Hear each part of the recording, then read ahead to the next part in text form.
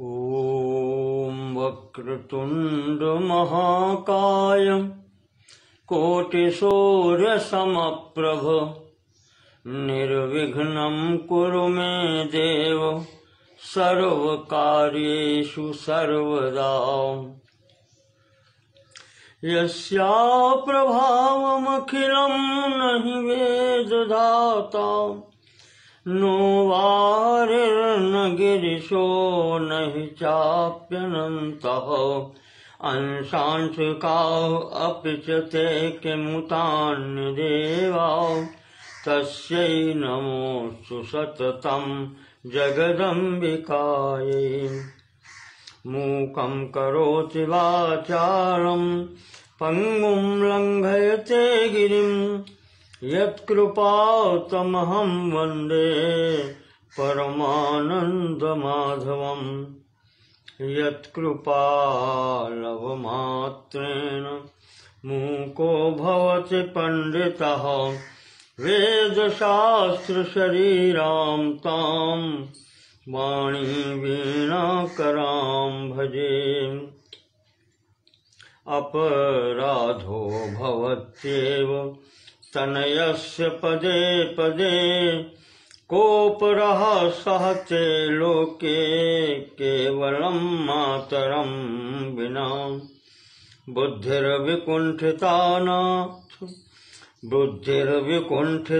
देवी समाप्ता मम युक्तयः नान्यद् किञ्चिद् विजानामि त्वमेकं शरणं मम त्वमेकं शरणं मम। नारायणं नमस्कृत्य नरं चैव नरोत्तमं देवीं सरस्वतीं व्यासं ततो जयमुदीरयेत्।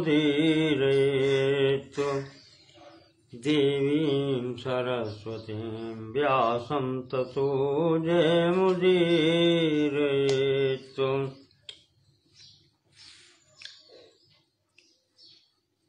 गत दिवस हमने आपको श्रीमद् देवी भागवत के सप्तम स्कंद के अंतर्गत सावित्री उपाख्यान 38वें अध्याय तक सुनाया आपको। अब इससे आगे भगवान नारायण ने नारद जी से पूछा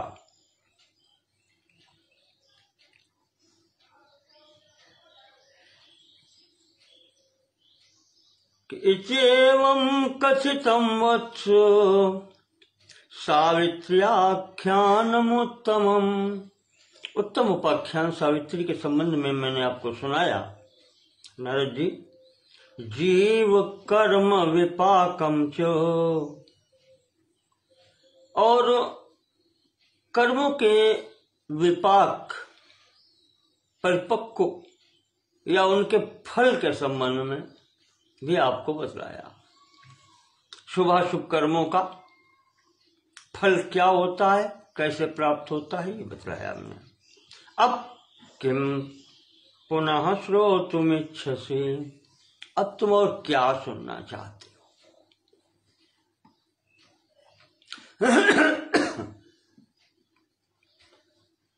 क्या इच्छा है तुम्हारी, क्या सुनना चाहते हो? नारद जी कहते हैं कि भगवान,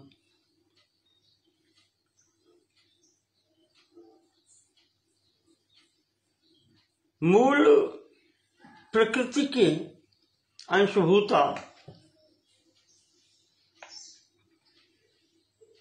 सावित्री के विषय में आपने बतलाया, और सावित्री तथा यमराज के संवाद रूप में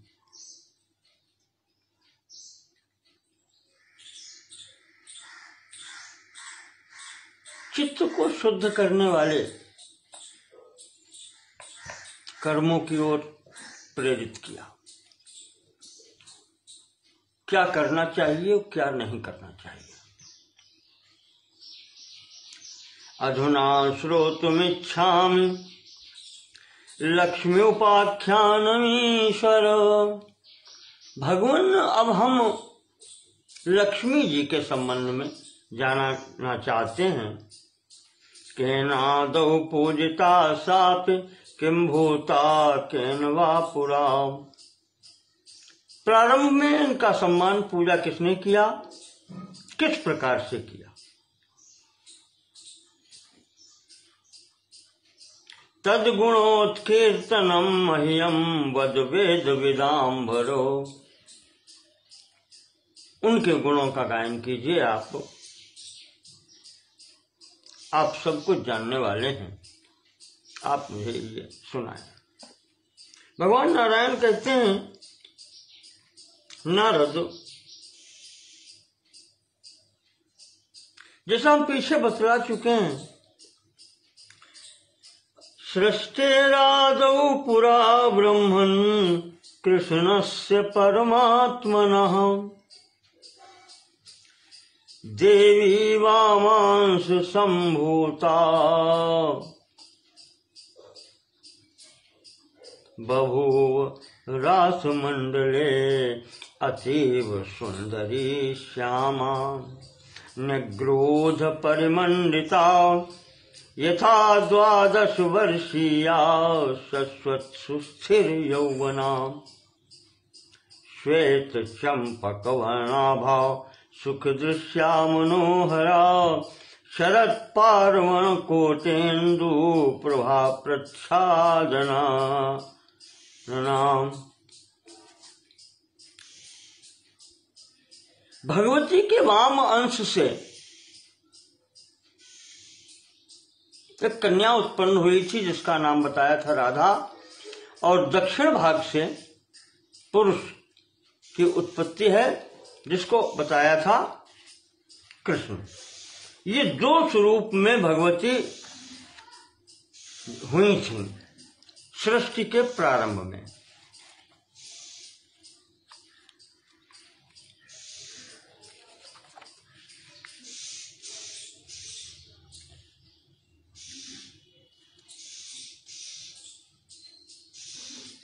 जो कहा था कि सृष्टेरादौ च या देवी प्रकृति सा प्रकृतिता योगेन आत्मा सृष्टि विधौ द्विधा रूपो बभूव सा पुमांश्च दक्षिणार्धांगो।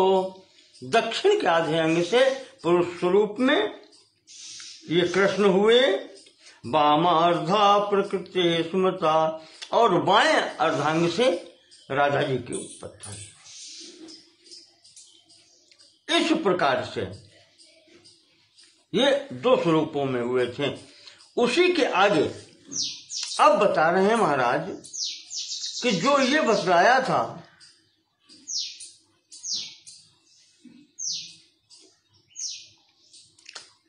उसी के देवी वामांश संभूता बभूव रासमंडले।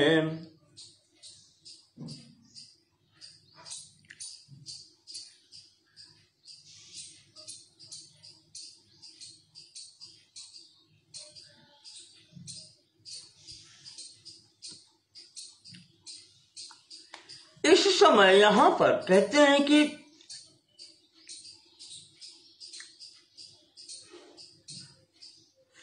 सा देवी दुविधा भूता।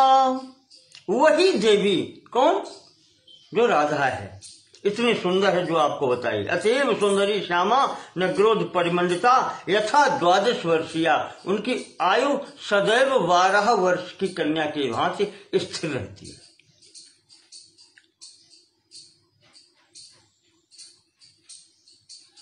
सदैव सुस्थिर यौवना श्वेत चंपक वर्णाभा। गौरवर्ण चंपा के फूल सदृश उनकी आभा है। शरद पार्वणी कोटिंदु। शरद ऋतु का शरद पार्वण पूर्णिमा कोटि इंदु शरद पूर्णिमा के चंद्रमा से भी करोड़ों गुना अधिक सुंदर स्वरूप है जिनका। ऐसी वो देवी हैं जैसी उनकी शोभा है। और वो देवी आज सा देवी दुविधा भूता सा सर्वेश्वरेच्छया। आज वो दो देवी राधा स्वयं अपने स्वरूप से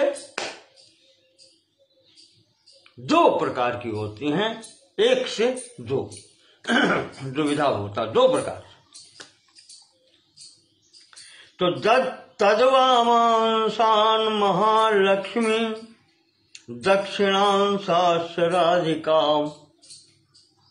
अब उस देवी के स्वरूप में से ही वाम अंश से महालक्ष्मी और दक्षिण अंश से पुनः राधिका जी उत्पन्न होती है। राधा दौबारयामास द्विभुजञ्च परात्परम् महालक्ष्मीश्च तत्पश्चाच्चकमेकमनीयकम्। राधा जी द्विभुज रूप में है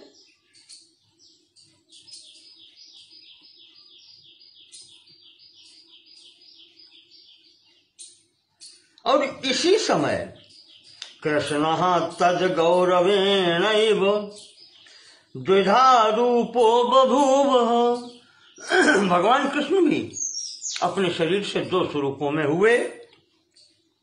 दक्षिणांशाश्च द्विभुजो वामांशाश्च चतुर्भुजा। दक्षिण भाग से दो भुजाओं में और वाम भाग के से चतुर्भुजी स्वरूप में हुए। दक्षिणांशाश्च द्विभुजो, दक्षिण अंश से जो हुए वो दो भुजा वाले और वामांश से जो हुए वो चतुर्भुज स्वरूप वाले। चतुर्भुजाय द्विभुजो महालक्ष्मी ददौ पुरा। उस समय उन्होंने द्विभुज जो थे स्वयं, उन्होंने वो महालक्ष्मी जो उत्पन्न हुई थी भगवती के शरीर से, वो उनको दी चतुर्भुजी स्वरूप को, और वो महालक्ष्मी कहेंगे।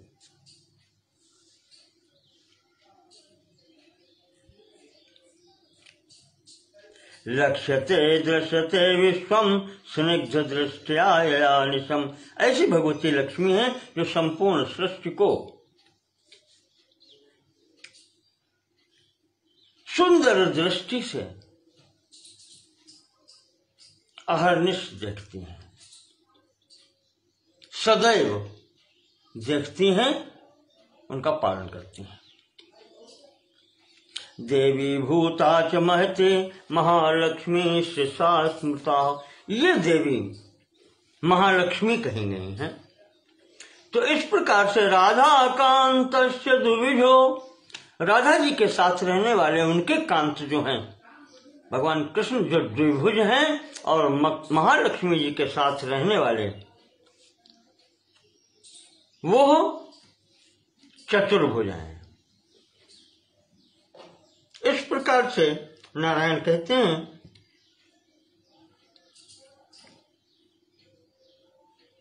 चतुर्भुजश्च वैकुंठम प्रयो पद्मया सह। पद्मा के साथ में, लक्ष्मी जी के साथ में चतुर्भुज भगवान विष्णु जो हैं वो वैकुंठ को जाते हैं, उनके लिए वहां स्थान निश्चित है।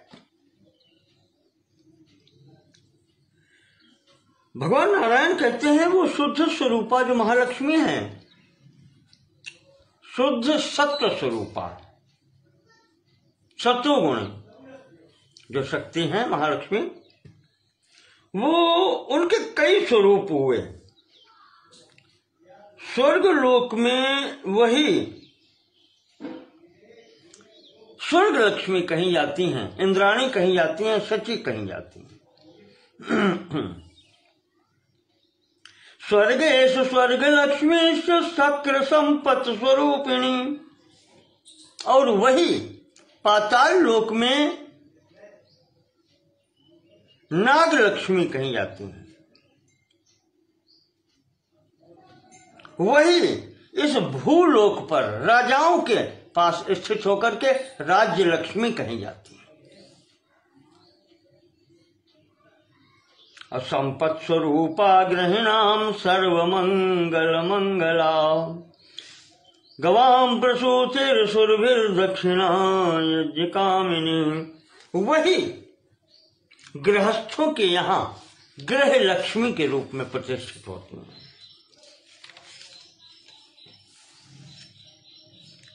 इसी प्रकार से उनके अनेक स्वरूप हैं। वैकुंठे पूजिता साधव राजना। नारद जी, आपने पूछा है कि सर्वप्रथम किसने सम्मान किया, किसने पूजन किया, तो कहते हैं वैकुंठे पूजिता साधव देवी नारायण च। उनकी सर्वप्रथम प्रतिष्ठा जो की है भगवान नारायण ने स्वयं की है। और दूसरी प्रतिष्ठा द्वितीय ब्रह्मणा भक्त्या तृतीय शंकरेण च। दूसरी प्रतिष्ठा भगवान ब्रह्मा जी के द्वारा हुई है और तीसरी प्रतिष्ठा भगवान शंकर जी के द्वारा हुई है। इसके बाद में उनका पूजन स्वयंभू मनु ने भी किया है, ऋषियों ने भी किया है, मुनियों ने भी किया है, और तत्पश्चात साधु पुरुषों ने, और फिर वो भूतल पर ग्रह ग्रह में पूजित हुई हैं। हर घर में उनका पूजन हुआ है। अधिक क्या कहें, गंधर्व, नाग, पाताल, हर स्थान पर उनकी पूजा हुई है। शुक्लाष्टम्याम भाद्रपदे कृता पूजा ब्रह्मणाम। भाद्रपद मास के शुक्ल पक्ष की अष्टमी को ब्रह्मा जी ने पूजा किया। भक्त्या च पक्ष पर्यंतम त्रिषु लोकेषु नारदो। तीनों लोकों में नारद जी इस प्रकार से उनकी पूजा हुई। जब ब्रह्मा जी ने की है तो उनके पीछे सब चलते हैं।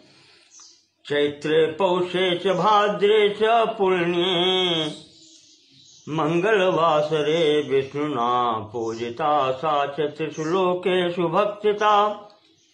और भगवान विष्णु ने चैत्र में, पौष में और भाद्रपद के महीने में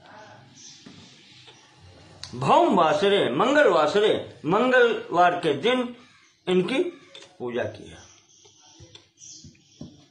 वर्षांते पौष संक्रांत्याम माध्यामावाहे मंगले मनुष्ताम पूजयामासे साभूता भुवनत्रे। इसी प्रकार से स्वयंभू मनु ने भी वर्ष के अंत में पौष संक्रांति में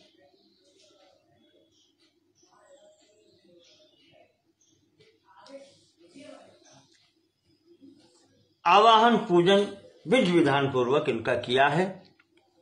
इस प्रकार से ये प्रत्येक स्थान पर पूजित हुई हैं। इनकी पूजा इंद्र ने भी की है। इंद्र के साथ इनकी पूजा ध्रुवेण औत्तान पादेन, उत्तान पाद के पुत्र ध्रुव ने भी की है, प्रियव्रत ने भी की है, कश्यप जी ने भी की है, कर्दम जी ने भी की है, विवस्वता भगवान सूर्य ने भी की है, यम जी ने भी की है, अग्नि वरुण सब ने इनका पूजन किया है। एवं सर्वत्र सर्वेषु पूजिता वंदिता सदा सर्वैश्वर्याधिदेवी सा सर्व संपत्ति स्वरूपिणी। संपूर्ण ऐश्वर्य वैभव संपत्ति स्वरूपा जो भगवती महालक्ष्मी है उनका पूजन सबने किया है।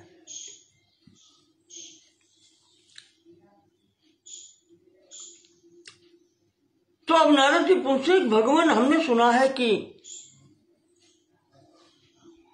महालक्ष्मी तो सिंधु कन्या है,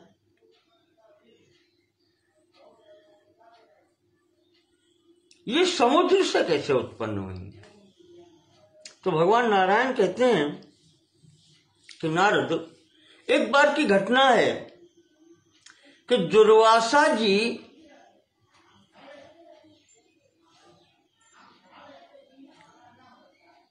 भगवान से मिलकर के, नारायण से मिलकर के वैकुंठ से कैलाश जा रहे थे। मार्ग में उन्होंने देखा रंभा अप्सरा के साथ में इंद्र विहार कर रहे हैं।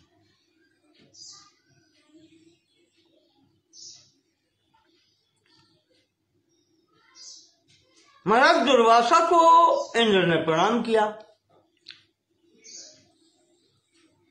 जब प्रणाम किया तो दुर्वासा जी एक माला पहने थे, तो भगवान विष्णु ने उनको भेंट की थी पारिजात पुष्पों की माला।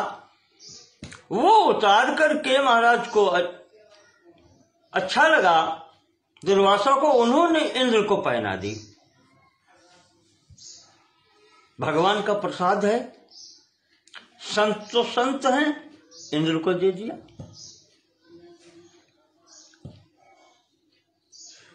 तो अब इंद्र इतना प्रमत्त शब्द आया है, मतवाला हो गया, असावधान हो गया। उसे ये होश नहीं है कि देने वाला कौन है और क्या दिया जा रहा है। उसने वो माला लेकर के ऐरावत हाथी जो था उस पर चढ़ा और उसने उसके सिर पर रख ली माला, जो दुर्वासा जी ने दी थी, हाथी के सिर पर रख ली। तो आप जानते हैं हाथी तो हाथी,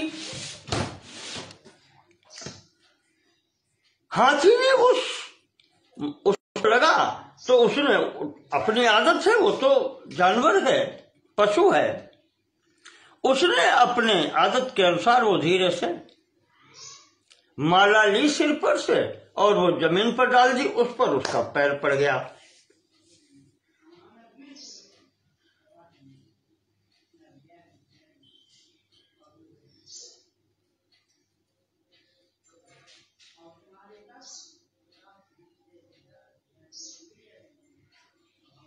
यहां आया है देवी भागवत में कि उस हाथी के सिर पर रखते ही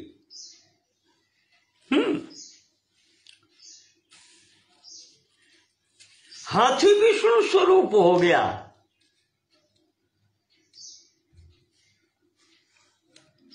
हस्ति तत्स्पर्श मात्रेण रूपेण च गुणेन च।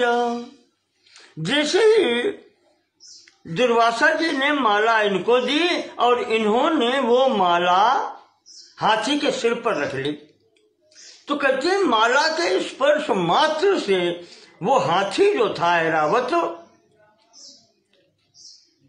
उस माला के स्पर्श मात्र से रूपेण च गुणेन च तेजसा वैसा अकस्मात विष्णु तुल्यो बभूव।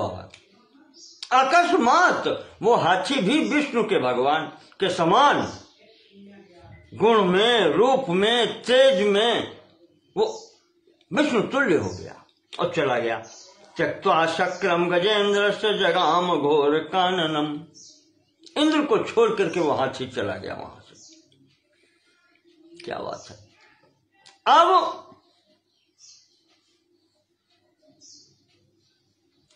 इंद्र उसको रोक नहीं पाया, हाथी चला गया।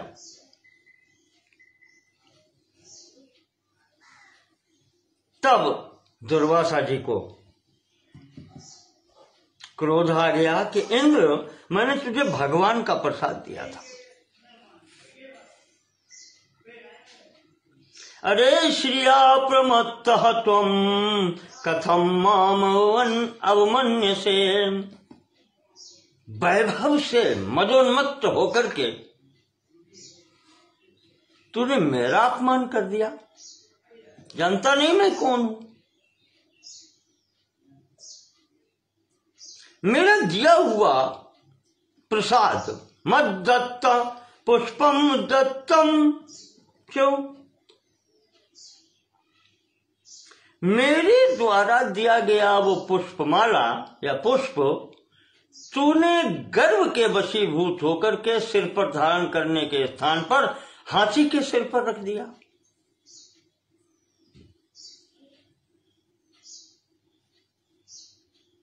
भगवान नियम है कि भगवान विष्णु का नैवेद्य विष्णु निवेदितम शैव नैवेद्यम वा फलम जलम, कुछ भी हो, फल हो या जल हो, नैवेद्य स्वरूप में जो कुछ भी हो, प्राप्ति मात्रेण भोक्तव्यम त्यागेन ब्रह्मा भवेत्, जैसे ही प्राप्त हो उसका भोग करना चाहिए।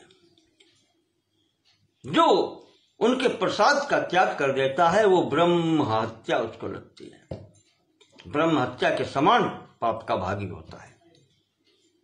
भ्रष्ट श्री भ्रष्ट बुद्धि परिपुर भ्रष्टो भवेत् सः, उसका ऐश्वर्य, उसकी संपत्ति, उसकी बुद्धि, उसके राज्य सब समाप्त हो जाती है।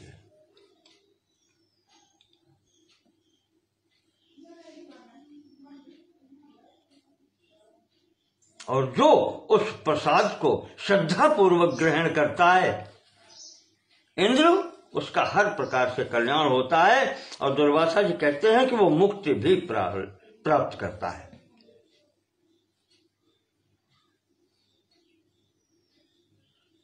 नैवेद्यम भोजनम कृत्वा, भगवान को नैवेद्य लगा करके जो भोजन करता है, प्रसाद स्वरूप पाता है, नित्यम यह प्रणमे धरिम, जो प्रतिदिन ऐसा करता है, भगवान को प्रणाम करता है, पूजयेत स्तौति वा भक्त्या, उनका पूजन, उनकी स्तुति भक्ति पूर्वक करता है, स विष्णु सदृशो भवेत्, जानत तुम्हें हुई जाई, वो भगवान विष्णु के समान ही हो जाता है।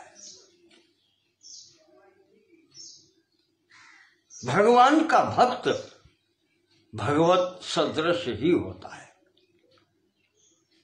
जिसके लिए नारद जी भक्त सूत्र में लिखते हैं कि उसका दर्शन अमोघ होता है, तुरंत फल देने वाला होता है।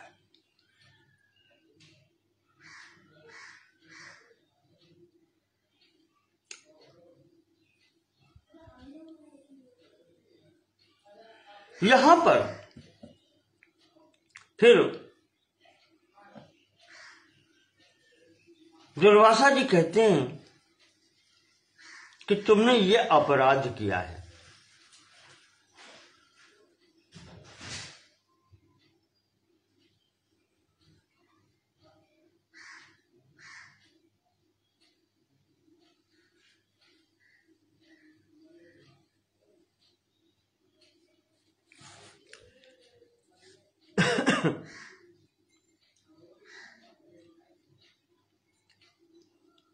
महाराज ने कह दिया कि जो भगवान का प्रसाद, अलग से कुछ नहीं, शाप इतने में ही हो गया कि भगवान के प्रसाद का जो त्याग करता है उसकी क्या स्थिति होती है।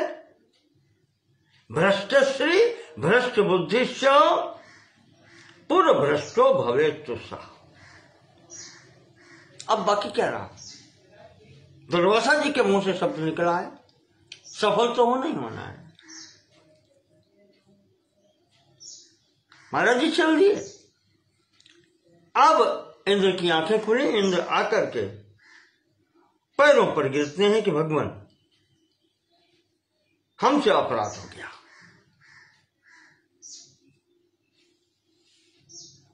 आप क्षमा करें।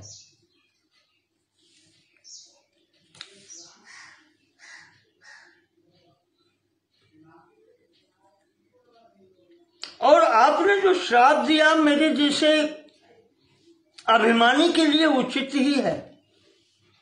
महाराज, ऐश्वर्यम विपदाम बीजम, ये ऐश्वर्य वस्तु ही ऐसी है जिसमें हर ओर से विपत्ति आनी ही आनी है। ज्ञान प्रच्छन्न कारणम, और ये ज्ञानी को भी मूढ़ बना देती है, अपना प्रभाव में लेकर के उचित अनुचित सब भुला देती है। मुक्ति मार्ग कुठारस्य, मुक्ति का जो मार्ग है, मोक्ष मार्ग की ओर जाने वाले व्यक्ति को मार्ग से भटका देती है। भक्तेश्च व्यवधायकम, और भक्त मार्ग से भी हटाने वाली है। ये ऐश्वर्य ऐसा ही है महाराज, क्या करें।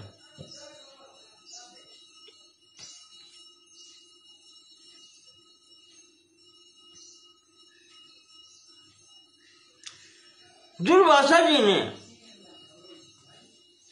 कह दिया कि अब जो हो गया वो हो गया।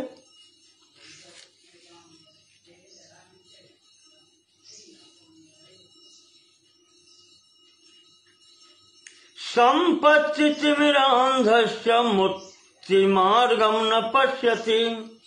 दुर्वासा जी कहते हैं कि हाँ इंद्र ऐसे ही है, जो संपत्तिवान है वो उसके गर्मी में कह लें या एक ऐसा पर्दा आंखों में पड़ जाता है, संपत्ति तिमिर अंधस्य,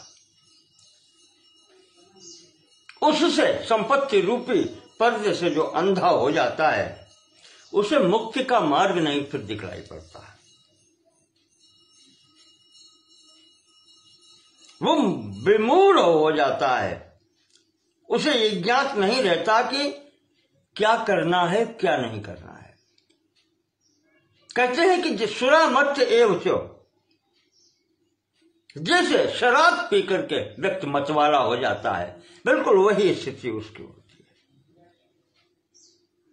महाकामी राजसी कहा, महाकामी हो जाता है वो, रजोगुण के प्रभाव में आ जाता है कि सत्व मार्ग भूल जाता है। क्या करोगे। अब उसका इंद्र कुछ नहीं हो सकता।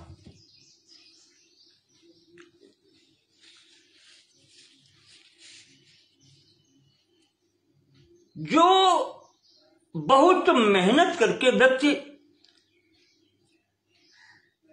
सीढ़ियों द्वारा अट्टालिका पर तक जाता है, कितनी कठिनाई में पहुंचता है। तो जैसे उतनी ऊंची अट्टालिका से एक उदाहरण ले लें, गेंद, अट्टालिका की प्रथम सीढ़ी पर से जब वो फिसलती है गेंद, तो इंद्र फिर वो जब तक पृथ्वी पर नहीं आ जाती, सबसे निचली सतह पर नहीं आ जाती, तब तक रुकती नहीं है। ये होता है असावधानी का फल, ये होता है प्रमत्त होने का फल।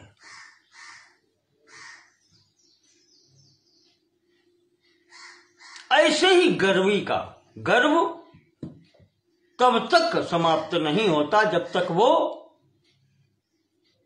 पृथ्वी पर या सबसे निम्न स्थिति में नहीं पहुंच जाता।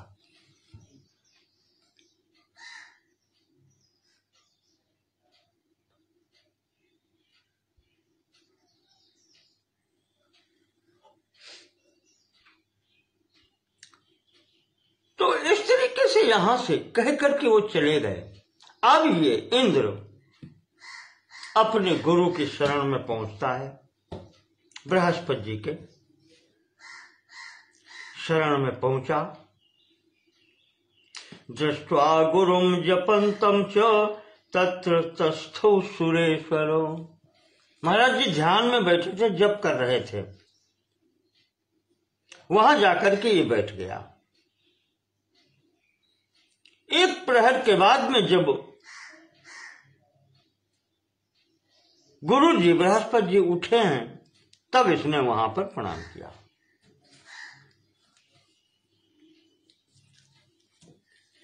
बहुत अच्छी बात आई है, प्रणाम करने का भी समय होता है। प्रणाम करने का भी समय होता है, सदैव प्रणाम नहीं होता है। और किसको होता है, ये भी ध्यान रखने की बात है।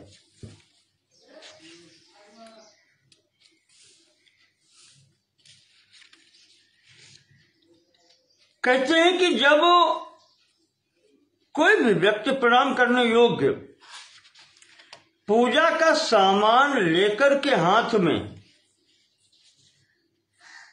पूजन करने जा रहा हो या पूजन में बैठा हो, मुझे याद आता है कालिदास जी लिखते हैं रघुवंश पुस्तक में प्रथम चरित्र ही है, जहां पर महाराज महाराज दिलीप गौ सेवा जब होती है उसके पहले का प्रसंग है। महाराज के कोई संतान नहीं है तो वशिष्ठ जी के पास जाते हैं, वशिष्ठ जी पूजन कर रहे हैं, ध्यान में बैठे हैं तो वो बैठ जाते हैं। जब महाराज जी पूजन समाप्त होता है, आंखें खोलते हैं, उठते हैं, तब दिलीप प्रणाम करते हैं। तो उसी के संबंध में आता है कि पूजन गुरुजन ही क्यों हो, अगर वो जा रहा है भगवान के पूजन करने के लिए, पूजा सामग्री हाथ में है, तब उसको प्रणाम नहीं करना चाहिए। समित पुष्प कुशाग्न्यंबु मृदन्नाक्षत पाणिका जपम होमम चकुर्वाणो नाभिवाद्यो द्विजो भवेत्। वो ब्राह्मण भी उस समय अभिवादन का अधिकारी नहीं होता है जब वो जप कर रहा हो, होम कर रहा हो, या समित पुष्प कुशाग्न्यंबु समिधाएं लकड़ियां हवन के लिए जा रहा हो, कुश पुष्प अग्नि जल मृद अन्न अक्षत, मिट्टी है, अन्न है, अक्षत चावल है, ये लेकर के पूजन के लिए जा रहा हो। जपम होमम चकुर्वाणो, यानी जा भी रहा हो, अन्यथा अगर कर रहा हो तब तक उसको अभिवादन नहीं किया जाता। ये सब कार्य वो अपना पूर्ण कर ले, उसके बाद में फिर प्रणाम किया जाता है। ऐसे ही और भी आया है कि जो व्यक्ति बिल्कुल ही प्रणाम करने योग्य नहीं है, जैसे दूरस्थम बहुत दूर है, जो आपकी आवाज भी वहां नहीं पहुंच सकती, चरण स्पर्श की तो बात छोड़े, आपकी आवाज वहां तक नहीं पहुंच सकती, तो उसको भी अभिवादन की आवश्यकता नहीं है। जल मध्यस्थम, जो जल के बीचों बीच में खड़ा है, उसको भी प्रणाम करने की आवश्यकता नहीं है। धावंतम धन गर्वितम, धावंतम जो बहुत तेजी से भाग के निकल रहा है पास से, उसको भी, यानी कौन स्थिति में है, किस स्थिति में है, किस उसमें है, तो उसको भी प्रणाम नहीं करना। और धन गर्वितम, जो धन से अंधा हो रहा है, वो तुम्हारी तरफ देख ही नहीं रहा है। हमने देखा है कितने ही लोगों को, अरे लोग लाइन लगा करके पैर छूते हैं और वो देखता भी नहीं, ना किसी से कुछ, ना आशीर्वाद, कुछ नहीं, वो तो स्थिति, वो धन गर्वितम। इतने लोग तो उसके पैर छूते हैं, वो इसमें रहता है, अरे कौन है। क्रोधवंतम मदोन्मत्तम, जो क्रोध में है, भीषण क्रोध में, न छुओ पैर उसको, बस निकल जाओ दाएं बाएं से। और मदोन्मत्तम, जो पागल है, किसी भी स्थिति में मद उन्मत्तम, शराब पी के नशे में है, उससे पागल है, उसको भी प्रणाम नहीं करना चाहिए। ऐसे होता है।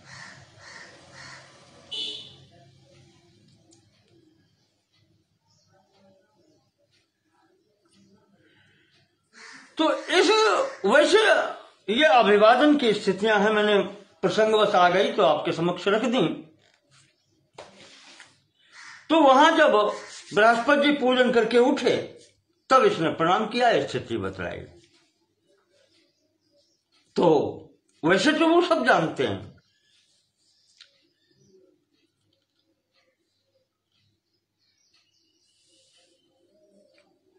वो कहते हैं कि इंद्र, तुम्हारे जैसा आदमी, तुम स्वर्ग लोक के अधिपति हो, तुम्हें शोभा नहीं देता रोना धोना। ठीक है, न कातुरोहि नीतिज्ञो, तुम्हारे जैसा जो नीतिवान है, जो नीति को जानता है, वो तुम्हारे जैसे रोता धोता नहीं है, वो धैर्यवान होता है। विपत्तौ च कदाचन न कातुरोहि नीतिज्ञो, विपत्तौ च कदाचन संपत्तिर्वा विपत्तिर्वा नश्वरा समरूपिणी। चाहे संपत्ति हो चाहे विपत्ति हो, ये सब आने जाने वाली है, नश्वर हैं। नेमि चक्र क्रमेणैव तत्र का परिदेवना, पहिए के चक्र की भांति कोई भाग नीचे कोई भाग ऊपर सदैव होता रहता है। इसमें क्या परिदेवना, शोक करने की बात क्या है? इसमें पछताना किस बात का है?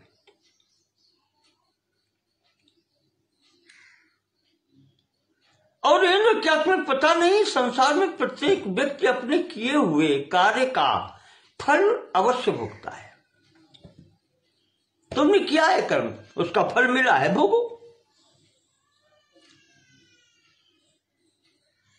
वो शुभ कर्म हो या अशुभ कर्म हो, उसका फल भोगना ही पड़ता है। अवश्यमेव भोक्तव्यम कृतम कर्म शुभाशुभम, ना भुक्तम क्षीयते कर्म कल्प कोटि शतैरपि। इंद्र, चाहे करोड़ों कल्प बीत जाएं, हजारों कल्प बीत जाएं, या हजारों करोड़ कल्प बीत जाएं, प्राणी का किया हुआ कर्म पीछा, उसका फल पीछा नहीं छोड़ता। कहते हैं जैसे लाखों गायों के बीच में, एक जगह आया है ये बात, उदाहरण कि जैसे लाखों गायों के झुंड के बीच में किसी गाय का जो बछड़ा है, दूध पीने वाला बछड़ा भी अपनी माता को वहां ढूंढ लेता है। बिल्कुल ठीक इसी प्रकार से व्यक्ति या प्राणी द्वारा अपना किया गया कर्म का फल करोड़ों कल्प बीत जाने पर भी उस प्राणी को ही प्राप्त होते हैं, प्राप्त हो ही जाते हैं, भोगना ही पड़ता है।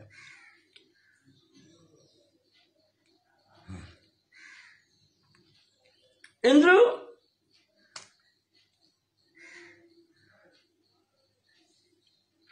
क्या कहें? यथा फलानि सस्यानि न्यूनाप्यधिकानि च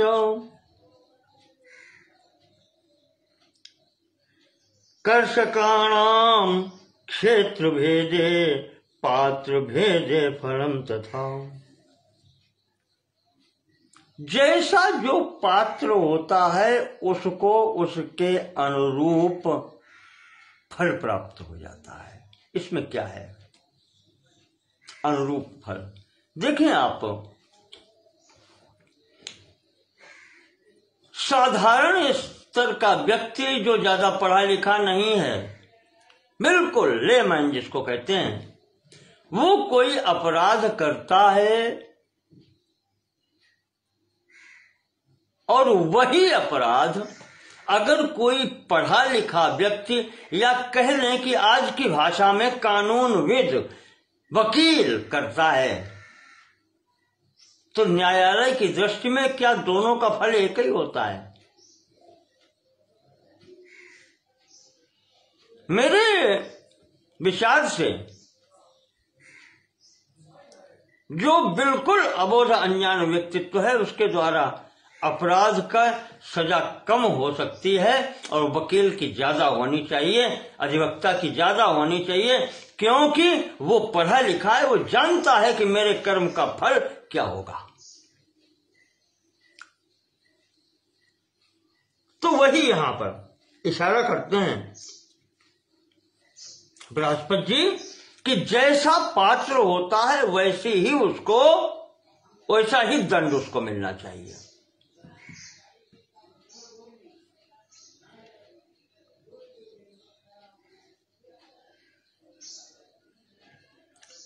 तो तुम जैसे पात्र थे तुमको वैसा दंड मिला।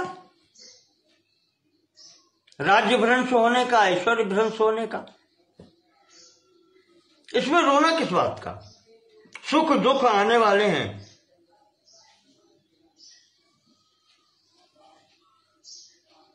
तो भोगो। कहने का तात्पर्य गुरु जी ने कह दिया कि मेरे बस की बात नहीं है भाई। तो इंद्र ने कहा मेरे साथ चलो गुरु जी। गुरु जी को साथ लेकर के, बृहस्पति जी को साथ लेकर के इंद्र ब्रह्मा के पास पहुंचते हैं। वहां जाकर के अपनी बात निवेदित करते हैं। तो ब्रह्मा ने देखा इंद्र को कि इंद्र तुम्हारी ये स्थिति, मधुवंश जातो। इंद्र कहते हैं वत्सो मधुवंश जातो से प्रपौत्रो में विचक्षण। तू तो मेरा प्रपौत्र है, मधुवंश जातो।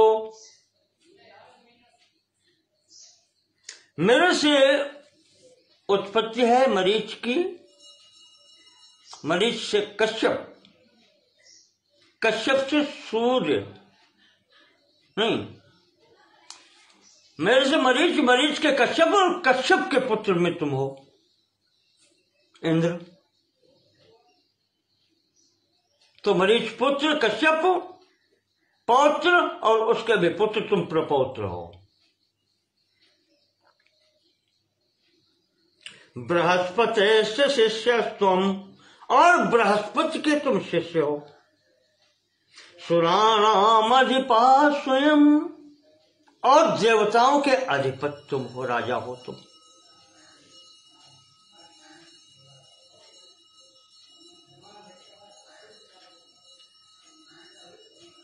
तुम्हारे माता मां, तुम्हारे जो नाना हैं वो दक्ष हैं।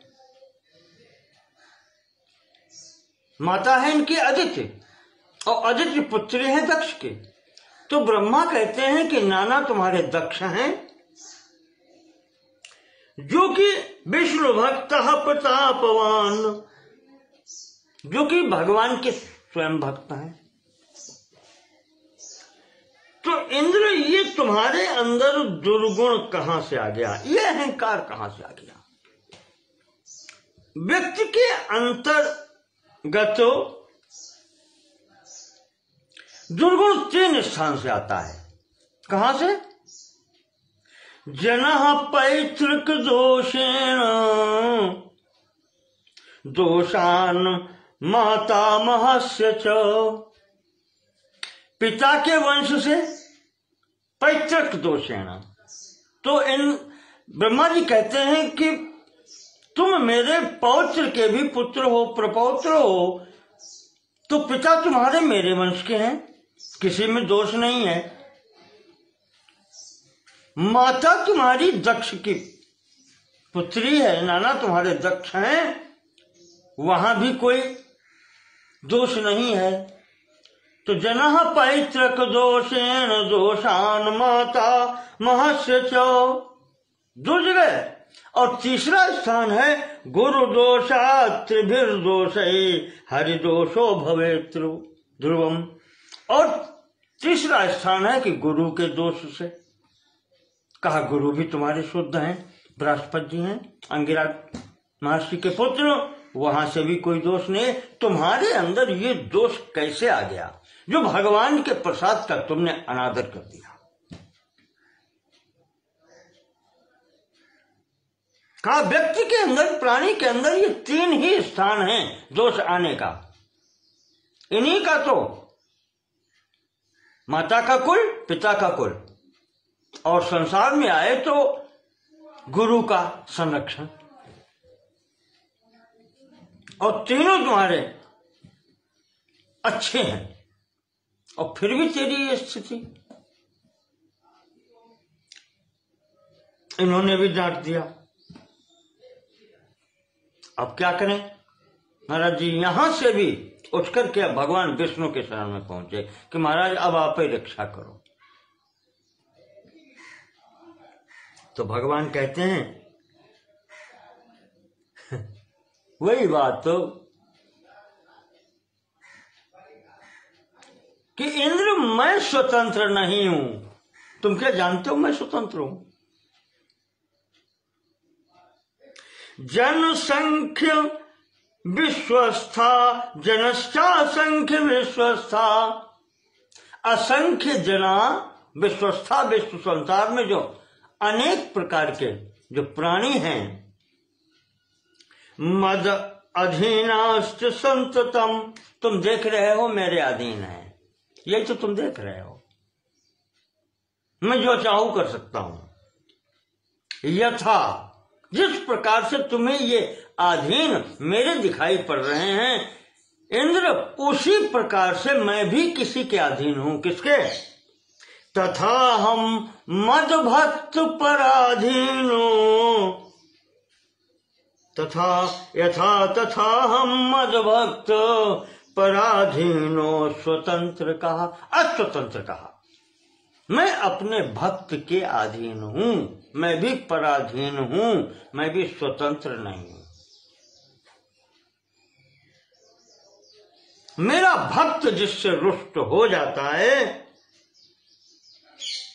तद्ग्रहे हम न तिष्ठामि, उसके घर में फिर मैं रुकता नहीं हूं। और जब मैं नहीं रुकता हूं तो लक्ष्मी कैसे रुकेगी?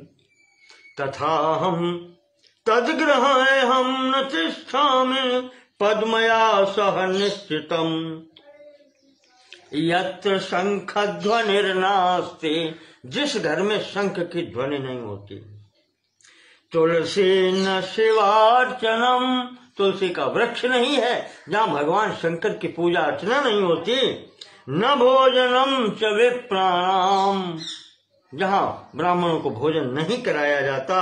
न पद्मा तत्र तिष्ठति, ऐसे घर में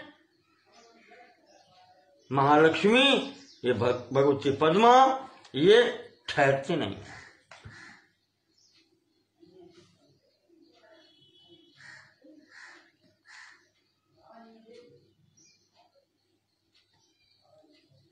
ये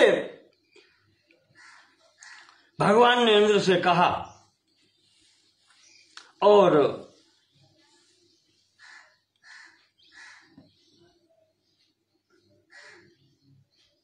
उपदेश भी दे दिया कि कभी ऐसा तुम भी नहीं कर रहा इंद्र, ऐसा मत करो। अब जब तुम्हारा समय आ ही गया है, जो तुमने किया है उसका फल तो भोगना पड़ेगा। अब इंद्र के हाथ से लक्ष्मी चली गई तो यही वो समय है जो असुरों के हाथ में चलेगी। ये भागे घूम रहे हैं असुर। ये संभवतः उसी समय की घटना है जब बलि ने सिंहासन छीना है इनसे। बलि सिंहासन पर बैठा है, उस समय की स्थिति है ये। तो भगवान कहते हैं कि इंद्र, अब समय वो है कि तुम संधि करो। अरयोपि संधेया आया है श्रीमद् भागवत में। ऐसे समय पर धैर्य रख करके शत्रु के साथ में संधि कर लेनी चाहिए। कर लो, जब समय आए तुम्हारा तब देखना उसको।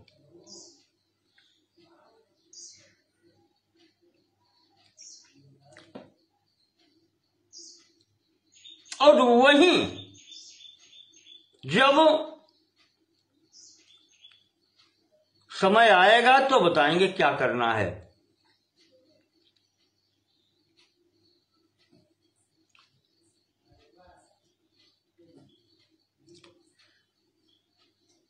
ठीक है, इंद्र ने संधि कर ली असुरों से, कुछ समय कटा, उसके बाद में फिर पहुंचते हैं तो भगवान ने कहा कि सागर मंथन के लिए उद्योग करो। असुरों से कहो कि दोनों मिलकर के क्षीर सागर का मंथन करेंगे, उसमें रत्न निकलेंगे, हम लोग आधा आधा बांट लेंगे, अमृत निकलेगा। मुख्य रूप से उन्होंने बताया अमृत निकलेगा। अमृत की बात सुनी तो दैत्य भी तैयार हो गए। कहा अमृत निकलेगा? कहा हाँ, जो पी लेता है वो फिर मरता नहीं है। तो दैत्य कहा मानने वाले, उन्होंने कहा ठीक है, अच्छा, शक्तिशाली तो है, हिस्सा उसमें भी मिलेगा। ठीक है, मन में उन्होंने भी सोचा, असुरों ने भी, कि बलशाली तो हम हैं, जब मुझसे छीन पाएंगे तो इनको मिलेगा। और इधर भगवान का सहारा है देवताओं को, हरि आश्रित है। उन्होंने कहा कि करो, फिर मैं व्यवस्था देखूंगा। इधर लक्ष्मी जी को कहा है कि आप भी चलो।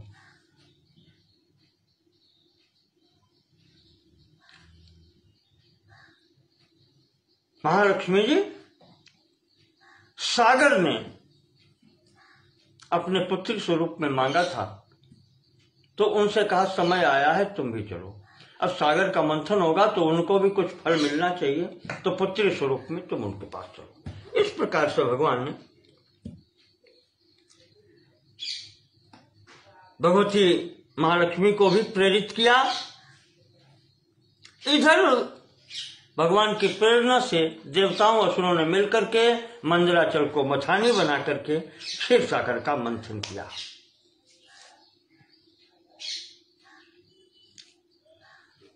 मंथन करने के बाद में सर्वप्रथम उसमें हलाहल विष निकला। देखें, अमृत का उत्सव हो रहा है या अमृत प्राप्त करने की प्रक्रिया चल रही है। सर्वप्रथम हलाहल विष निकलता है, उससे उद्धार भगवान शंकर ने किया, रक्षा की। इसके बाद में यहां से 14 रत्न निकलते हैं, उनमें से भगवती महालक्ष्मी भी हैं।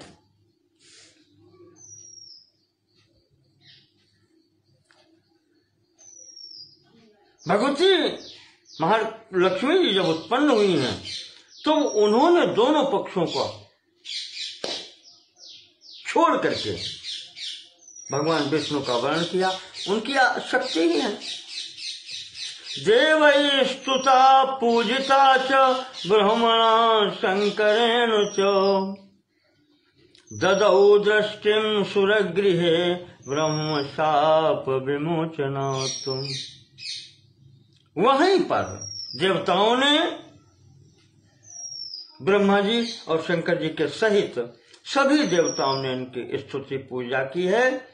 तो भगवती ने कृपा दृष्टि इन लोगों पर डाली, तब जाकर के इनका जो ब्रह्म शाप था, दुर्वासा जी के शाप से इनको मुक्ति मिलती है। पुनः इंद्र को स्वर्ग लक्ष्मी की प्राप्ति होती है, राजा बलि पराजित होता है।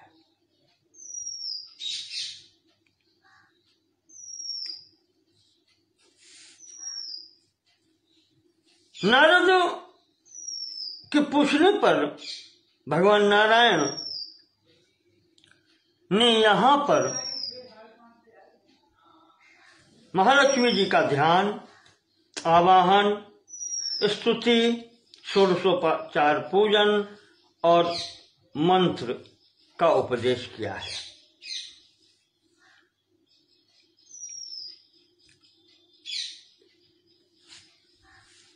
सामवेद में जो ध्यान बताया गया है उसका स्वरूप बताते हैं कि भगवती का ध्यान किस स्वरूप में होना चाहिए। सहस्र दल पद्मस्थ कर्णिका वासिनीम पराम, 1000 पंखुड़ियों वाले पद्म पर, कमल पर आप विराजमान हैं। शरत पार्वण कोटेन्दु प्रभा मुष्टिकराम पराम। अभी आपको जो बताया था राधा जी का, हजारों शरद चंद्रमाओं की या करोड़ों शरद चंद्रमा की जो प्रकाश होता है, जो गौरवर्ण होता है, उस प्रकार से आपका प्रभा है, आपका तेज है। स्वतेजसा प्रज्वलंतीं सुख दृश्याम मनोहराम प्रतप्त कांचन निभ शोभाम मूर्तिमतीं सतीं रत्न भूषण भूषाढ्याम शोभितां पीतवाससा ईषद हास्य प्रसन्नास्याम शाश्वत सुस्थिर यौवनाम सर्व संपत् प्रदात्रीं च महालक्ष्मीं भजेम शुभाम। ऐसा भगवती का स्वरूप है। प्रसन्न ईषद हास्यम, हल्की सी मुस्कान है, प्रसन्न है भगवती। इस स्वरूप का हम ध्यान करते हैं। ये बताया गया, ध्यान बताया। फिर आवाहन कैसे करना चाहिए, फिर स्तुति कैसे हो। इंद्र ने स्तुति की है, नमः कमलवासिन्यै नारायण्यै नमो नमः कृष्ण प्रियायै सततम महालक्ष्म्यै नमो नमः। भाव आपको समझ में आते ही है। और यहां से प्रारंभ करके यथा माता स्तनान्धानां शिशूनां शैशवे सदा।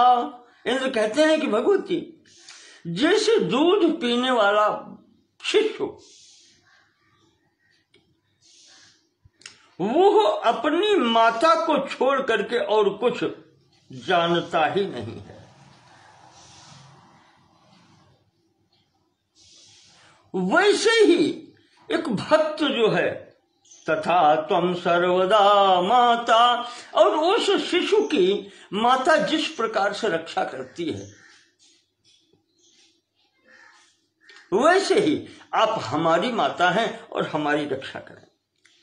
यथा माता स्तनन्धानां शिशूनां शैशवे सदा तथा त्वं सर्वदा माता सर्वेषां सर्वरूपतः। उसी प्रकार से आप हमारी माता हैं, हम आपकी शरण में हैं, आप ही मेरी रक्षा करें।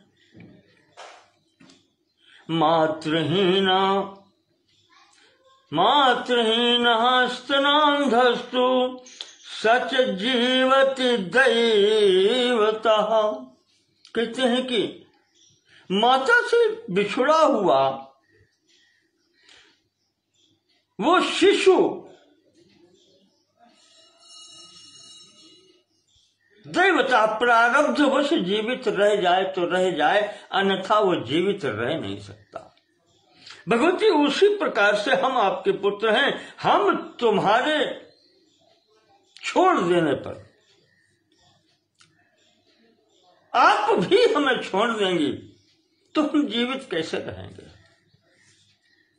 वो जैसे शिशु जीवित नहीं रह सकता माता के बिछुड़ जाने पर, जो केवल जीविका जिसकी मातृ दुग्ध ही है, माता का दूध पीना है जिसकी जीविका है, स्तनान्धस्य दुग्ध, माता का दुग्ध पीना ही जिसका है, उसके अतिरिक्त उसके पास और कोई जीवित रहने का साधन नहीं है। और माता अगर उसको छोड़ दे तो वो जीवित नहीं रह सकता। भगवती, इसी प्रकार से हम भी उसी स्थिति में त्वयाहीनो जनः कोपि न जीवति एव निश्चितम। आप जिसको छोड़ देंगी फिर वो जीवित कैसे रहेगा।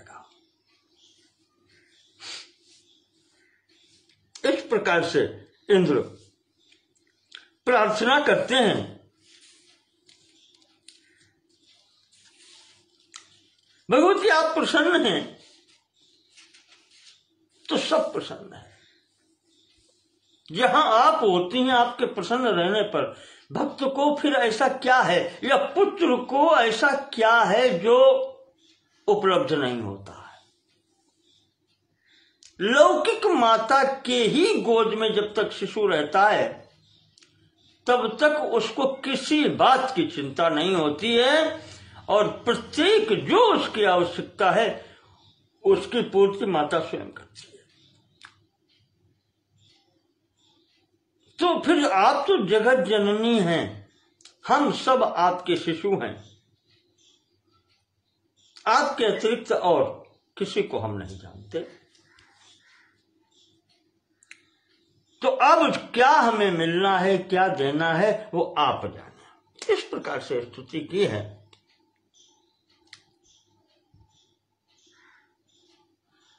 भगवान ने, नारायण ने यहां पर षोडशोपचार पूजन की विधि बताई है, और महाराज ने यहां पर मंत्र भी बतलाया है।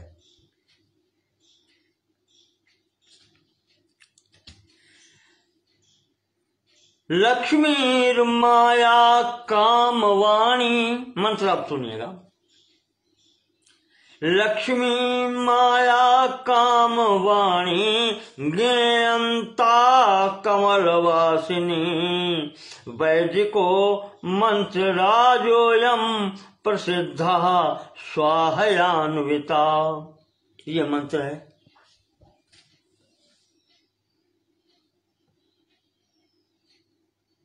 लक्ष्मी बीज, माया बीज, काम बीज और वाणी बीज, वाग बीज, इनसे युक्त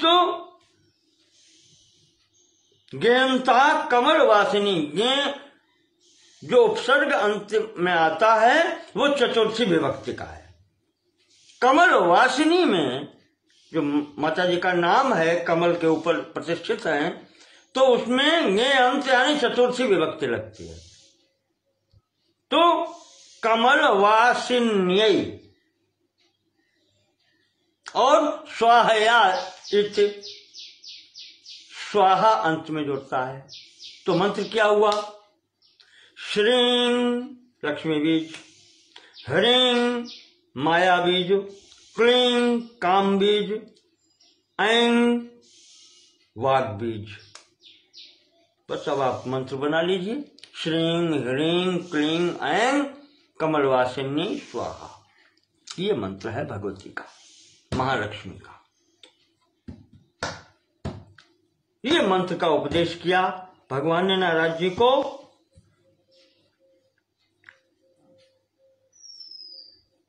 और इसके बाद में नारद जी से पूछा कि अब क्या इच्छा है।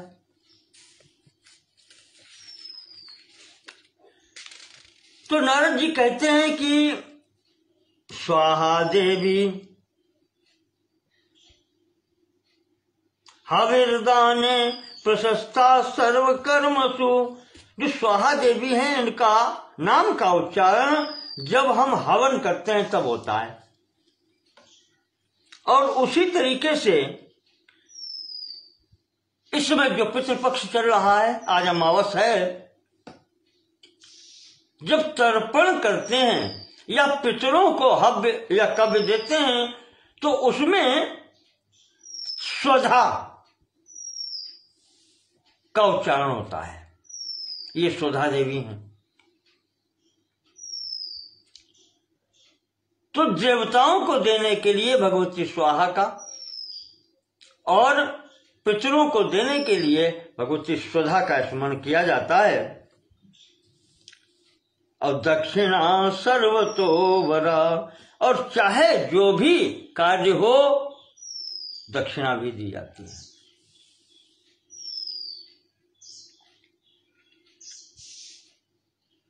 तो कहा कि ये देवियां जो हैं ये अब यज्ञ पत्नी कहीं जाती हैं। पितृयज्ञ हो, देव यज्ञ हो, जो भी यज्ञ हो, यज्ञ के बाद में दक्षिणा भी होती है। वो भगवान यज्ञ देव की पत्नी हैं। कहा इन देवियों के चरित्र और सुनाओ। तो नारायण कहते हैं कि नारद जब सृष्टि हुई थी तो ब्रह्मा जी से देवताओं ने पूछा, भगवान हम यहां रहेंगे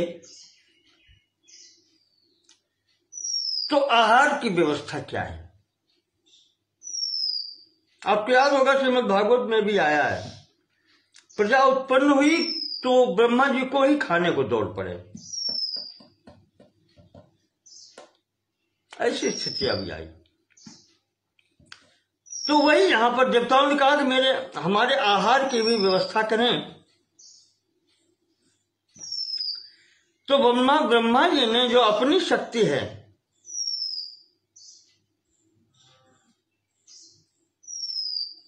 या जो पराशक्ति है उनसे प्रार्थना की कि अब आप भगवती रक्षा करें।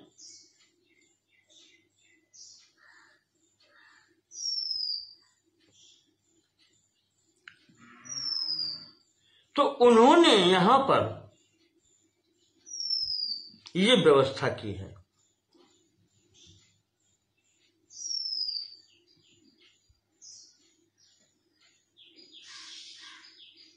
स्वाहा रूप में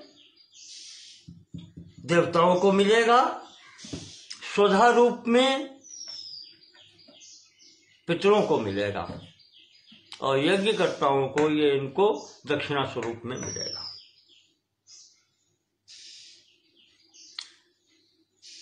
तो यहां पर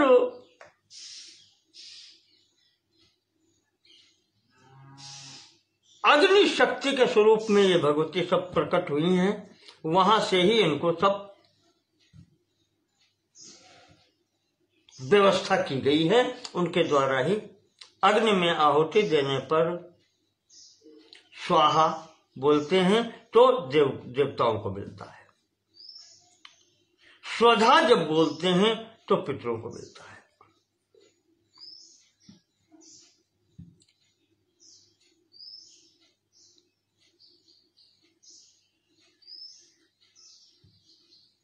ये भगवान की दाहिका शक्ति हैं जो स्वाहा देवी हैं, अग्नि के साथ ही आती हैं और उनका पूजन भी आदि शक्ति के रूप में किया जाता है। अग्नि पत्नी के स्वरूप में किया जाता है।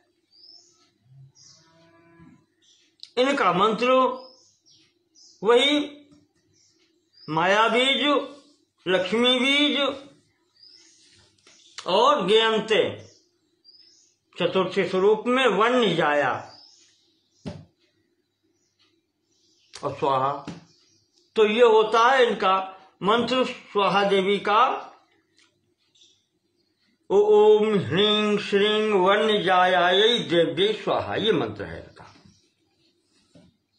इसी प्रकार से यहां पर भगवान ने, ब्रह्मा जी ने पितरों के लिए एक मानसिक कन्या उत्पन्न की जो स्वधा नाम से जानी गई। ये पितरों की दी उन्होंने।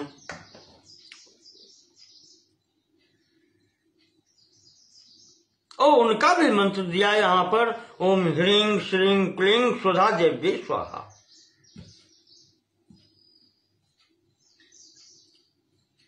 भगवान नारायण ने इन स्वाहा स्वधा इन सबका उसी प्रकार से जैसे भगवती महालक्ष्मी को बताया था, ध्यान, आवाहन, पूजन, षोडशोपचार और स्तोत्र और मंत्र आदि सब यहां पर दिए हैं। इसी प्रकार से भगवान ने बताया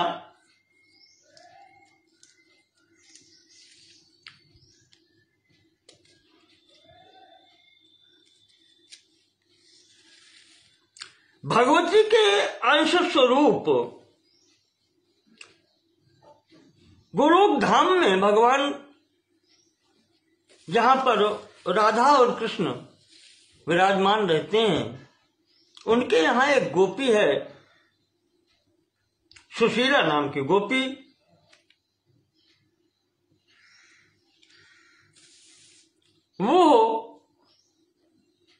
राधा जी से डर करके महालक्ष्मी में प्रवेश हो गई और वही कन्या भगवान ने ब्रह्मा जी को दी है लक्ष्मी स्वरूप में,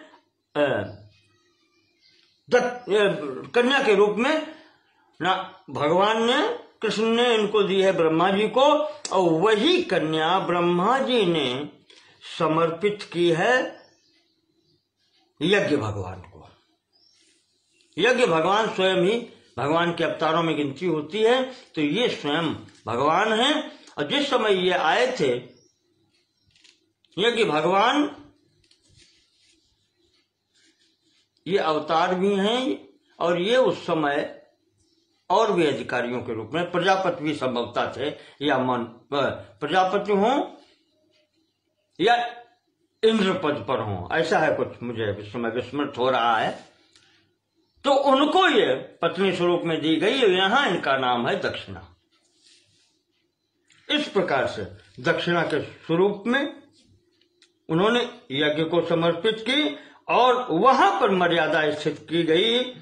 ब्रह्मा जी ने मर्यादा स्थिर की है कि जो भी धर्म कर्म करेगा उसके बाद में उसको, वो यज्ञ स्वरूप है जो कुछ धर्म कर्म करता है, उसके पश्चात में दक्षिणा आवश्यक है, अन्यथा उसका फल नहीं होगा किसी भी धार्मिक कार्य का। और कहते हैं कि यज्ञ कर्म शुभ कार्य होने के पश्चात तुरंत ही दक्षिणा होनी चाहिए। अगर दक्षिणा में विलंब होता है तब भी भगवती के कोप से वो कार्य सफल नहीं होता।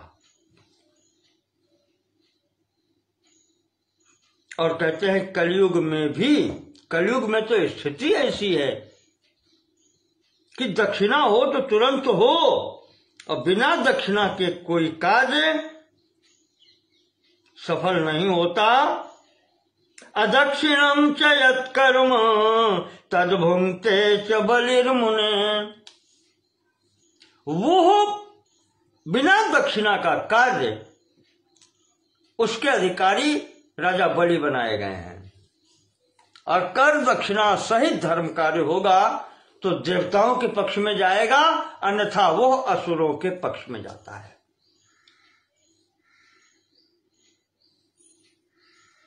गुरु अभक्तस्य कर्म बलिर्भुंक्ते न संशयः। जो गुरु की अवहेलना करके कार्य को सफल करना चाहता है उसका भी कार्य सफल नहीं होता, उसके भी कर्म का फल महाराज बलि भोग करते हैं। ये उनको मिला है आशीर्वाद। इस तरीके से यहां पर भगवान ने भगवती दक्षिणा के लिए भी मंत्र, आवाहन, ध्यान, स्तोत्र, पूजन आदि यहां पर बतलाया है।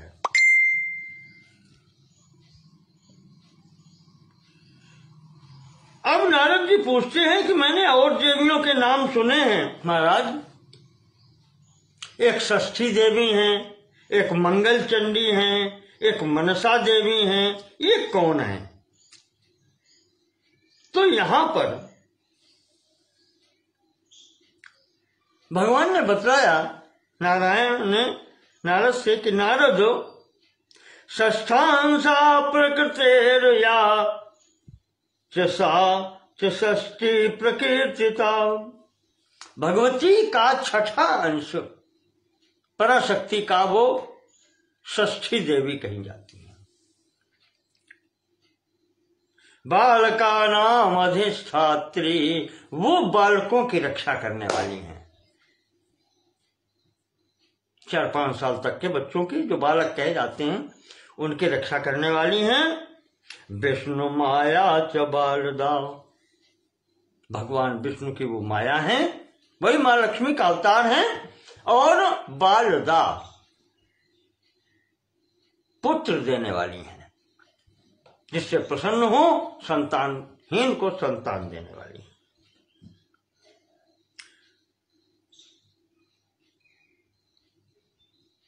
यही भगवती देवसेना नाम से विख्यात हैं। और ये कुमार जो हैं, देवसेनानी, देवताओं के सेनापति कुमार कार्तिकेय जी उनकी पत्नी है।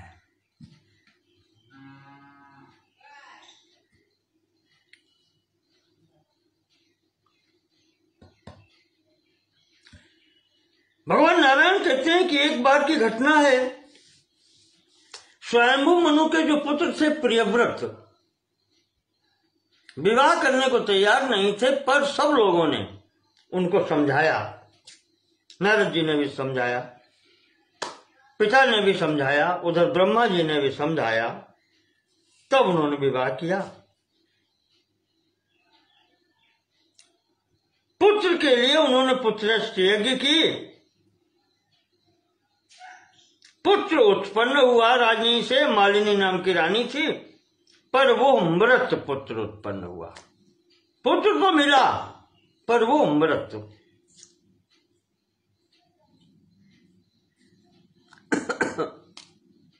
अब राजा और रानी रोते हैं।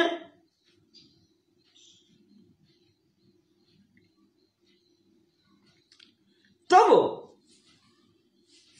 भगवती ने दर्शन दिया है। वहां पर दर्शन देकर के राजा को कृतार्थ किया,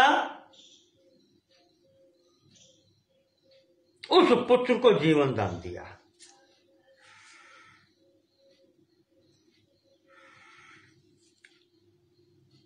राजा प्रसन्न हुए, वहां से आकर के अपने घर पर सभी कार्य करवाए और वहां पर विधि विधान से, ये घटना शुक्ल पक्ष षष्ठी की है, इस कारण से उन्होंने भगवती को षष्ठी नाम से ही याद किया और प्रति महीने की शुक्ल पक्ष की षष्ठी को महोत्सव मनाने लगे। षष्ठी देवी इनको नाम दे करके और यहीं से इनका पूजन इस भूलोक पर प्रारंभ हो गया।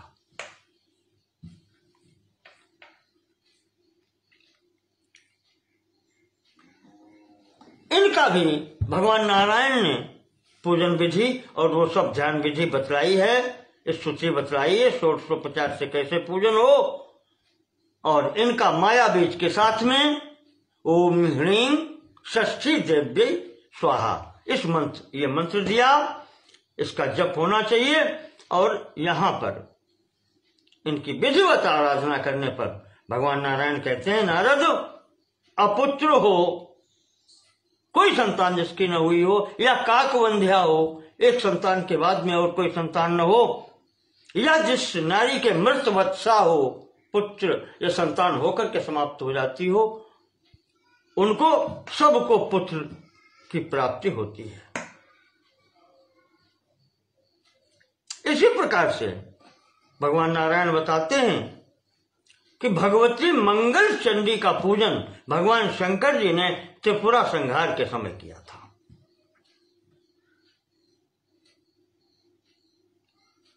इसके भगवती शक्ति के प्रसन्न होने पर भगवान ने त्रिपुरासुर का संहार किया और वहीं भगवान शंकर जी ने पूजन किया है। इनका भी उसी प्रकार से पूजन मंत्र और ये 1650 आज सब बतलाए गए हैं। अब नारद जो तुमने भगवती मनसा देवी की कहानी पूछी थी, ये भगवती जो हैं कश्यप जी की मानसिक कन्या है। कश्यप जी की संतानें 13 पत्नियां कश्यप जी की थीं, हर प्रकार की यहां पर संतानें हैं। यहां पर भगवती ने कश्यप जी के मन से उत्पन्न हुई हैं। भगवान की इच्छा हुई कि कन्या भी हो, तो यहां पर मानसी कन्या के रूप में महर्षि कश्यप की ये पुत्री हुई भगवती आकर के, इनका नाम मनसा देवी रखा गया। इन्होंने प्रारंभ से ही तपस्या की है, जिस कारण से इनका शरीर बहुत दुबला हो गया था, क्षीण हो गया था। कहना चाहिए कि तपस्या के कारण क्षीण हो गया उस आधार पर इनका नाम जरत्कारु भी कहा गया।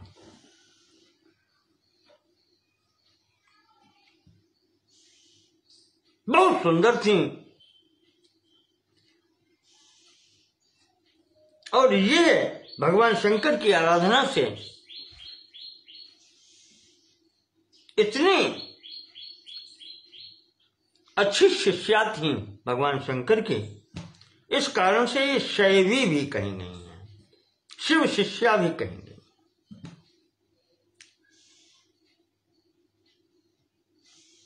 और यही नाग लोगों की रक्षा करने में जो समर्थ ऋषि हुए हैं, भगवान आस्तिक, उनकी माता भी यही है। कश्यप जी ने इन भगवती मनसा का या जरत्कारु का ऋषि जरत्कारु से ही विवाह किया था। इन दोनों पत्नी का नाम जरत्कारु है। महाभारत में इनकी कथा आई है।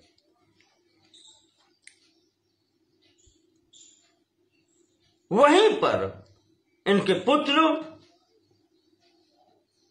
आस्तिक ऋषि हुए। इन्हीं आस्तिक महाराज ने जन्मेजय की यज्ञ में जाकर के तक्षक आदि सभी जो शेष बच पाए थे नाग, उनके रक्षा की थी अंतिम आहुति के रूप में।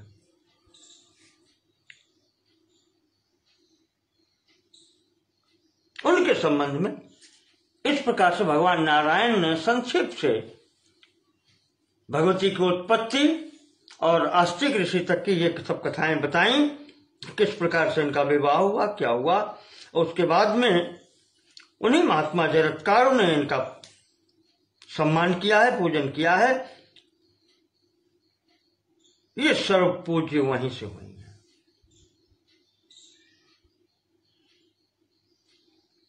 यही इनका पूजन कहते हैं भगवती सुरभि ने भी किया है। कामधेनु की जो हैं उन्होंने भी मनसा देवी जी का पूजन किया है। नारायण भगवान कहते हैं कि नारद, यद्यपि सुरभि भी भगवती का ही अंश है। नारद एक बार भगवान को दूध पीने की इच्छा हुई तो भगवती ने यह स्वरूप बनाया था। इससे ये भगवती सुरभि की प्रकट होने की स्थिति बनी। तो ये भी उनका ही अवतार है। इनका भी पूजन उसी स्वरूप में होता है। भगवती सुरभि का भी पूजन जगत जननी के स्वरूप में होता है।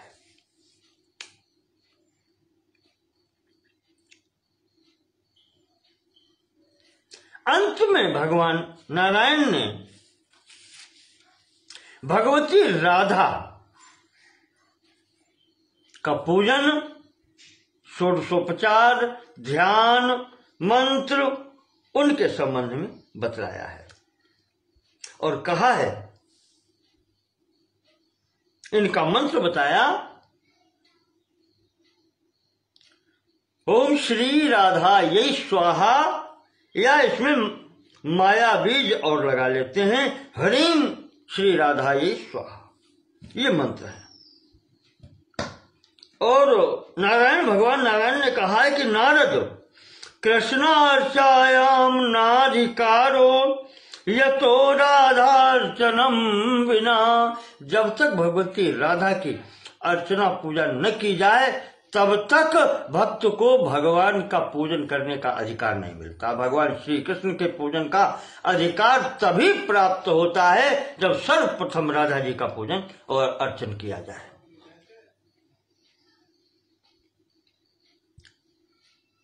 और नारद सर्वप्रथम इनका पूजन सम्मान भगवान श्री कृष्ण ने ही किया है राधा जी का। उन्होंने ही ये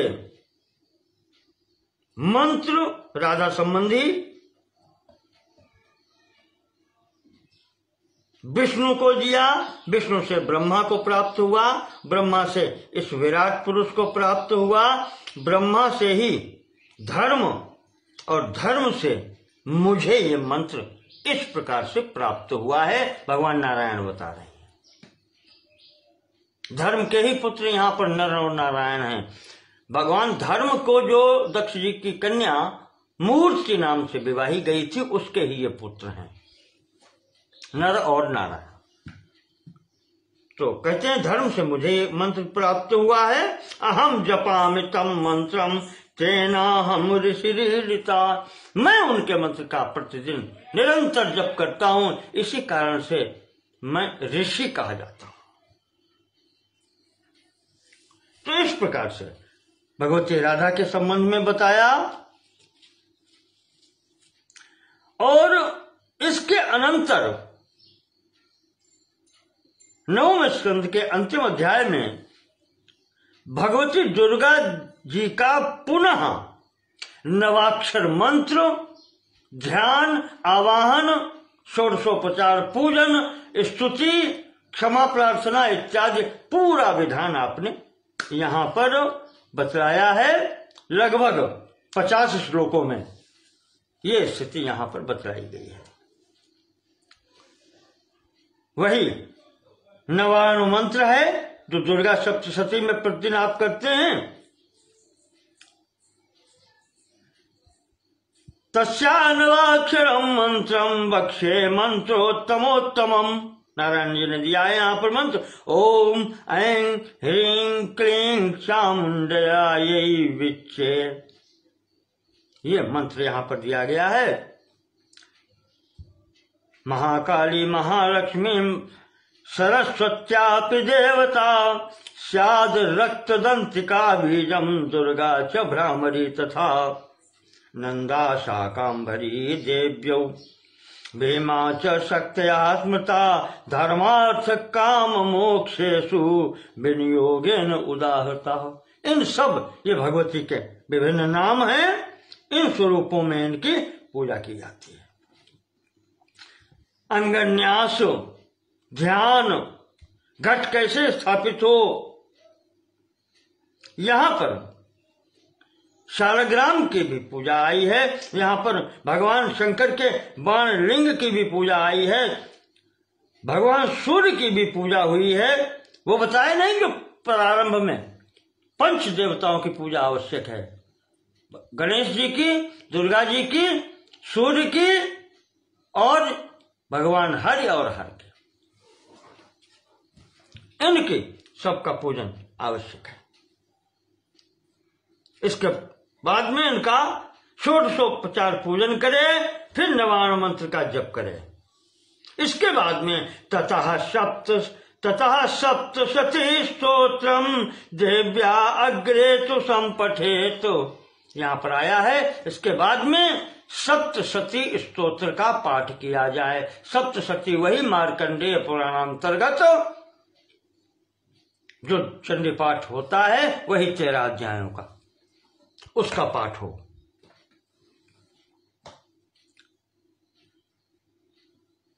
भगवती के सम्मुख उनका पाठ हो। इसके सदृश कोई अन्य स्तोत्र कहते हैं कि नहीं है।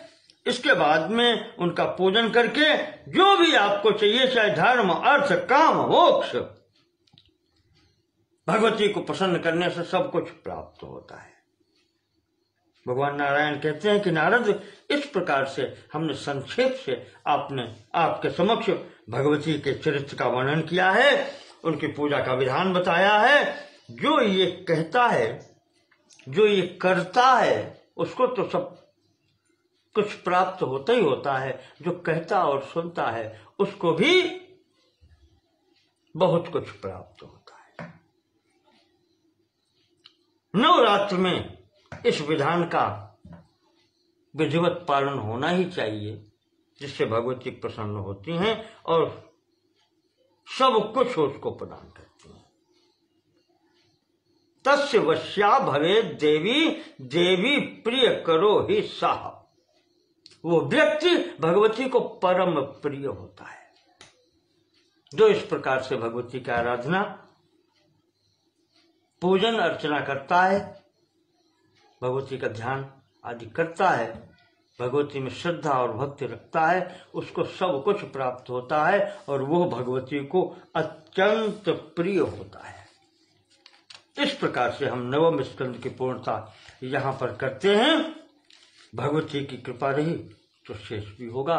वैसे स्थिति परिस्थिति कुछ दूसरी चल रही है, पर फिर भी हम उस आधार पर चल रहे हैं कि अनुष्ठान नहीं है, इसलिए पुस्तक रूप में आज हम ऐसा वांग्मयी मूर्ति भगवती की आराधना करते हैं। नमो नमः। आप सभी लोगों का, त्रिपाठी जी का भी धन्यवाद।